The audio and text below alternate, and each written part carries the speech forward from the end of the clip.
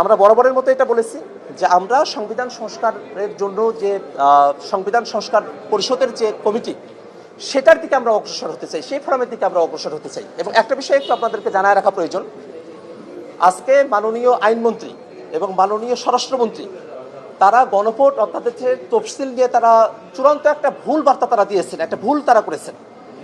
গণভোট অধ্যাদেশের তফসিলের মধ্যে গণভোটের যে ধারা ৩ তার অনুচ্ছেদের মধ্যে যে ৩০টি বিষয় নিয়ে সকল দলের একটা ঐক্যমত্য আছে, সেই বিষয়গুলো সেখানে বর্ণনা করা হয়েছে। সেই ৩০টি বিষয়ের মধ্যে এটাও আছে যে উচ্চকক্ষ গঠন করা হবে, সেই বিষয়টা সেখানে উল্লেখ করা হয়েছে।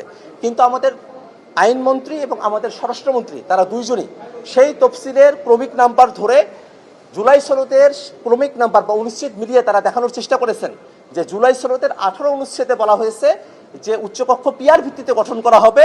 সেই পিআর ভিত্তিতে গঠন করার এই 18 নম্বর অনুচ্ছেদ সেটা গণভোট অধ্যাদেশের তফসিলের মধ্যে সেটাকে অন্তর্ভুক্ত করা হয় নাই।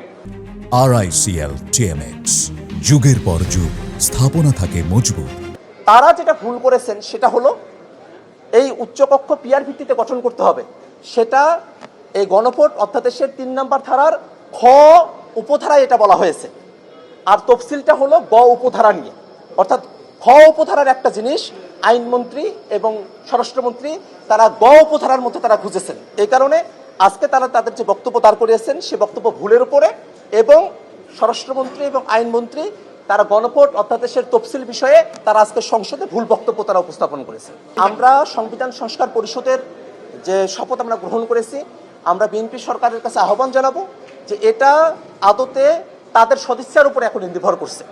তারা 2/3 মেজরিটি পেয়েছেন, তারা যদি জনগণের অভিপ্রায়টা ধারণ করেন, যেটা 24-এর অভ্যুত্থানের মধ্য দিয়ে প্রকাশিত হয়েছে, যে আদেশের মধ্যে এটা বলা হয়েছে, সেটাকে যদি তারা ধারণ করেন তাহলে সকল সংকটের সমাধান হবে।